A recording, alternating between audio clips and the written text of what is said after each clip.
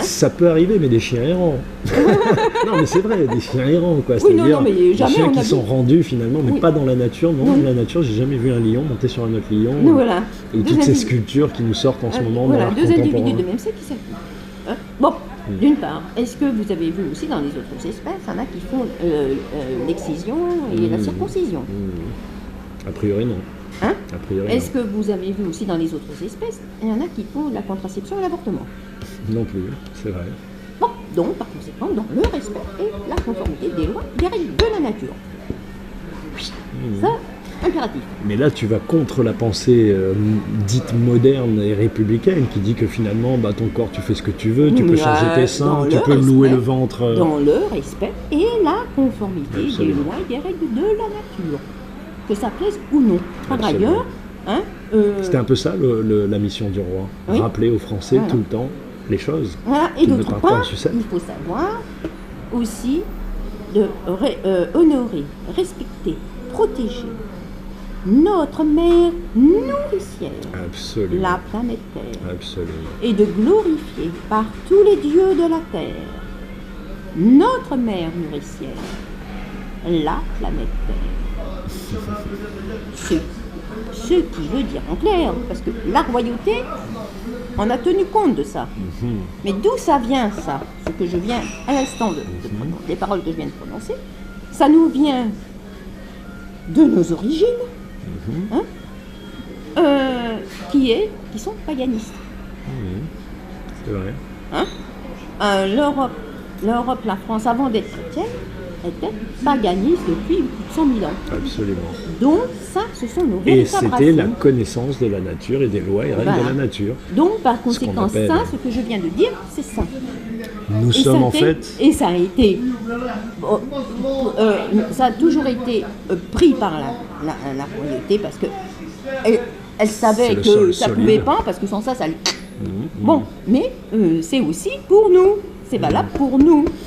Et pour tous ceux qui sont complètement athées, dont la République a lavé le cerveau, entre guillemets, qui ne respectent pas l'invisible, parce que finalement la différence entre un croyant et un incroyant, il y a celui qui croit en l'invisible et l'autre qui ne croit pas en l'invisible, peu importe Dieu. Donc, pour tous ces gens-là, merde, qu'est-ce que j'allais dire? Oui, l'idée c'est que nous sommes des enfants de la création, ce qui est une réalité. Après, que tu y mettes un Dieu ou de la science, peu importe, mais nous sommes des enfants de la création, et c'est ensuite que la République nous colonise grâce au recensement, au certificat de naissance, etc., en nous bombardant de citoyens et de citoyennes, et voilà, et de responsabilités finalement qu'on n'a plus. Non, mais moi je dis aussi une chose à tout le monde, revenez au livre de raison. Et de bon sens. Non, mais, je ne sais pas si tu sais ce que c'est exactement un Non, livre de non, raison. vas-y, dis-moi, explique-moi. Bon, d'un côté, quand on ouvre un livre, dans ce sens-là, c'est la généalogie D'accord, de la famille. d'accord. Et si on le tourne dans l'autre sens, c'est l'histoire de la famille, au jour le jour. C'est génial. Donc il faut faire une synthèse, chacun tient du cahier, et ensuite on fait une synthèse chaque année, on fait une synthèse de chaque jour, pour avoir une histoire le plus proche possible De la réalité. de la réalité de la famille. Alors de c'est l'ensemble. très, moi c'est quelque chose qui me touche, c'est-à-dire effectivement la qu'on science de la appelle généalogie Oui. que Ça, c'est ce qu'on appelle le orientaux ont livre de gardé. raison. D'accord, je connaissais pas. Et Livre ça se de pratiquait raison. en France. Ah oui, Ah c'est fou, je ne connaissais pas ça. D'accord. c'était pratiqué depuis avant même que les actes de naissance existent. C'est vrai que tout le monde écrivait en France quand j'étais petit. Tout le monde, même les parents, même ceux qui n'étaient pas très, ils avaient tous un truc dans lequel Et ils là, inscrivaient. les livres de raison des choses. étaient tenus aussi, parce que un paysan qui ne savait pas lire ni écrire allait voir le prêtre qui lui savait et demandait à ce que les choses soient faites. Tout. Et donc, dans tous les milieux, on avait les livres de raison. Parce qu'ils étaient tenus par... Donc on avait une vraie visibilité sur la population, il n'y avait Voilà. pas besoin de recensement, on savait qui était qui. Voilà. Par ailleurs, il faut savoir que les patronymes n'existaient pas. C'est vrai. Comment se reconnaissait-on? Est-ce qu'on s'est posé une seule fois la question? Hein? Les Français ne se sont pas du tout posé la question. Tout le monde avait son... comment? Un prénom. Non. Oh! Son blason. D'accord, Chaque famille avait son blason. d'accord, Et c'était des petits blasons brodés. d'accord. Alors d'un côté, c'était la famille paternelle, de l'autre côté, la famille maternelle. D'accord. Alors, par exemple, à gauche, la famille paternelle, à droite, la famille maternelle, mais de chaque côté du vêtement. D'accord, c'est super, ça. Il y avait un vêtement. Ah, c'est joli, ça. C'était des tout petits blasons. Et on regardait les blasons. Ah, bonjour cousine. Bonjour cousin. Parce que, on disait, et donc on s'appelait, comme les Africains le font encore, cousin, cousine, ma tante. Voilà. Parce que selon l'âge, si on ne se connaît pas. Mais c'est pas ça. C'était, voilà. Ah, c'est super, ça c'est telle famille. Tel blason, telle famille. Avoir un blason, mon gars, ça te dit pas? Donc, chaque Français connaissait ses origines. Quand ils ont foutu les patronymes, ils ont fait du tout et n'importe quoi avec les patronymes. Ils n'ont pas su donner des patronymes réels. Je comprends, qu'ils correspondent à l'histoire de la famille. Voilà. Ça n'a rien. Bon, ils ont fait du n'importe quoi. Bon, donc je dis, ça a été fait n'importe comment, et je soupçonne là-dessus déjà plus ou moins la tendance des fromages. Je le pense aussi, c'est-à-dire que c'est une façon de comptabiliser et que plus personne et que plus personne n'échappe à la taxe, à l'impôt, enfin tout ça. C'était ça le principe. Et alors il faut savoir que quand il y avait des guerres, on savait venir chercher les hommes, mais on ne savait pas les ramener, parce qu'il n'y avait plus d'argent pour ramener les hommes. D'accord. Alors, ceux qui pouvaient, les aristocrates ou les... Eux avaient les moyens. Qui pouvaient ramener, mais pas beaucoup, ils ramenaient quelques-uns de leur village, s'ils les trouvaient, ils les ramenaient, bon, toc toc toc. D'accord. Là. Mais les autres, ils étaient perdus dans la nature. D'accord. Et ils refaisaient une famille ailleurs. D'accord. Et c'était comme ça à chaque guerre. Donc ils se retrouvaient à avoir plusieurs familles, mais dans des endroits différents. Et en même temps, tout le monde était lié, entre guillemets, de plus en plus. Et voilà. Voilà, c'est joli. Donc les Français sont une réelle, vraie, grande famille. Donc, il faut le savoir, ça. Et il faut savoir cette chose-là. Bon. Et que c'est comme ça que les noms ont des orthographes différentes. Le même nom a une orthographe différente suivant la région. D'accord. D'accord. D'accord, je comprends. Suivant la région. Et aujourd'hui, on te dira, mais non, on n'est pas de la même famille. Alors qu'en fait, si. Voilà. C'est la même origine, mais parce qu'il y a eu cette dispersion des hommes. D'accord. Non. Parce qu'ils étaient coincés pour rentrer. Eux n'avaient pas d'argent et le royaume n'avait plus pour pouvoir les rapatrier. Même du temps du début de la SNCF, au 19e siècle, c'était pareil. D'accord. Ben oui, mais l'État n'a pas les moyens de faire en revenir tout le monde. C'est fou quand même. Donc, ben oui, donc c'est très récent. D'accord. On a ramené les hommes chez eux. D'accord. D'accord. Il faut le savoir. Bon. Mais ça, c'est une chose. On a fait un joli tour en tout cas. Donc, par conséquent, c'est une réalité concrète. Il faut reprendre les choses. Sur la base des valeurs de la création et des règles et des lois naturelles. Voilà. Qui nous protègent en fait. Exactement. Qui sont là pour nous, pas nous servir, mais pour nous. Voilà. Tout simplement, point, pour nous. Exactement. Et donc, pour nos armées, c'est pareil. Il faut reprendre pour construire vraiment une armée à la hauteur de la France. Absolument. Et ainsi qu'une justice. Parce que là, il y a du boulot à faire au niveau judiciaire. Quand je pense, c'est des idées qui me traversaient la tête quand j'avais 30 ans, je me disais avec tous les gens qui sont d'origine différente, les Chinois, les Algériens, les Tunisiens, qui sont français, qui sont comme moi nés en France, qui se sentent français, imagine les services de renseignement que la France devrait avoir. Oui, mais alors attends, moi je vais te dire, t'en as qui sont français. Oui. Et qui se disent, ils m'ont dit, nous, la France, on s'en fout. Absolument, mais ceux-là, on peut les sonder, on a des tests, on a des trucs pour être sûr de leur patriotisme, entre guillemets. Nous, on s'en fout, la France, je m'en balance, moi, je vois qu'une chose, c'est les services sociaux que je peux en tirer, puis c'est tout. Mais la France, je l'emmerde.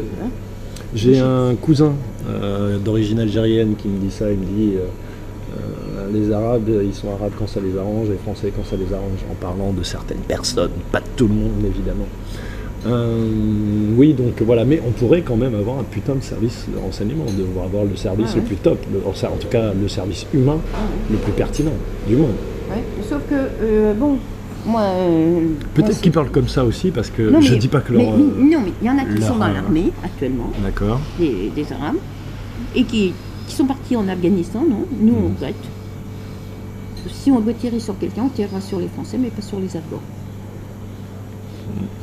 En même temps, j'ai des cousins aussi qui sont à l'armée, qui sont plutôt d'origine à moitié antillaise, mais bon, ils sont complètement blancs aujourd'hui. Et ce qu'ils me racontent, c'est pas non plus folichon, c'est-à-dire qu'ils sont pas payés, des fois de 2, 3, 4 mois, avec ce fameux logiciel 99 millions d'euros là, qui ne fonctionne pas. Finalement, il travaille, il se rend compte qu'il est un mercenaire pour Areva, pour Total, pour Shell, et qui bute des gens pour Total, Areva, et pas pour la France. Pour Total, pour les gens de Total, pour les gens d'Areva. Donc ils sont traités comme des chiens, ils ont du matériel de merde. Enfin voilà, elle est en délicatesse en l'armée. Donc je peux comprendre qu'un mec ait différentes origines, si tu veux, quand on le pose dans une si mauvaise position, de là à dire qu'il tire sur des Français, il n'ira pas à franchir, mais en tout cas de dire qu'il n'a plus envie de tirer sur des Afghans, je peux l'entendre. Tu vois, voilà, les choses sont peut-être pas si simples et tout le monde n'a pas le cœur, tu vois, de bien rechercher le fond des choses et avant de se positionner, tu vois. Donc je condamnerai pas tout le monde. Voilà. C'est pour ça que moi je suis pour qu'on quitte l'OTAN. Absolument. Parce que ça, c'est l'OTAN qui nous a envoyés en Afghanistan. C'est vrai. C'est pas de notre volonté. Si il n'y avait pas eu Sarko, la France aurait retiré les troupes françaises on n'aurait pas eu les attentats terroristes en France. Parce que Chirac on n'aurait pas eu les lois martiales, les lois sécuritaires, on n'aurait peut-être pas eu Valls, ce Premier ministre, etc. Ça implique beaucoup de choses. Et on ne vivrait pas dans cette ambiance de... on a tous un couteau tiré, on se regarde tous comme étant... voilà. Non, mais ça, donc le problème vient de Sarko. Bon, alors il faut savoir que ce sont les Américains qui ont installé Sarko. Les Américains, les Juifs américains. Sachant que sachant que le pavot du temps des talibans, alors je ne suis pas pour les talibans, soyons nuancés, mais en tout cas, le business du pavot, donc de l'héroïne, était stoppé. Et dès que les Américains sont revenus, boum, parce que les gens ne le savent pas, mais c'est le pavot. C'est-à-dire que c'est des millions, des milliards de dollars qui se font grâce à cette drogue. Et c'est ça qui finance, en partie leur guerre, etc. Il semblerait que Trump veuille mettre un holà à tout ça, on verra. On verra s'il y arrive. Ça, c'est autre chose. Ça, c'est autre chose. C'est une autre paire de manches. Absolument. Moi, je suis pas... Voilà, il fait quand même partie de cette famille. Il est franc-mac, d'ailleurs. Trump, c'est un franc-mac, d'accord. Je pense pas qu'il y ait... je suis pas sûr qu'il y ait de bons francs-mac. Est-ce qu'il y a de bons francs-mac? Je ne crois pas. Puisque la structure, même si eux sont bons, même s'ils y croient, puisque finalement c'est un tout petit pourcentage de la franc-maçonnerie qui agit comme ça, et c'est ceux qui sont tout en haut. Les Illuminati. Les Illuminati, les Bilderberg. C'est ça. Qui se réunissent premier mercredi du mois, en plein Paris. Vous allez du côté de Place Vendôme, là, vous avez le dîner du siècle. C'est les Bilderberg, ils le font, je crois que c'est le premier mercredi du mois, et on voit que la police bloque tout, ils viennent tous manger. Il y a Hollande, tout le monde, tous les partis, les journalistes, enfin toute cette armée là qui nous spolie, comme disait l'autre. Exactement. Non mais, il y a tellement à faire en France. C'est vrai. Il faut remettre sur pied l'artisanat, le véritable artisanat. Ça, je le dis depuis 20 ans. Le véritable artisanat. Le vrai savoir-faire. Exactement. Il faut revenir vraiment à nos origines, qui sont des origines agricoles et artisanales. Et on obtiendra plus de respect du reste du monde, je crois. Ah oui. Bon, on arrêtera de les piller, de les coloniser. On n'est pas contre les entreprises en tant que telles, mais il faut quand même revenir à nos racines. Et l'entreprise est là pour nous servir. Parce que tout le monde ne peut pas faire des études supérieures. Il faudrait aussi comprendre. L'éducation nationale, c'est épouvantable. C'est un énorme chantier aussi qu'il faut faire. Ah, ça c'est clair, ils ont tout détruit. Donc, il faut savoir que tout le monde ne peut pas faire des études supérieures, et que, ceux qui ne peuvent pas faire des études supérieures, il faut qu'ils soient dans l'artisanat. Absolument. Et il faut leur permettre d'avoir un bon métier. Tout le monde a un savoir-faire finalement. C'est-à-dire que, on peut, en étant charpentier, on peut équivaloir un master plus 7 qui ne saura pas monter sur un toit, qui ne saura pas aligner une poutre droite, etc. Donc on a besoin de tout le monde, on s'en fout. L'écologie, l'environnement, et pourvoyeuse de main-d'œuvre. Hein. Absolument. Bon,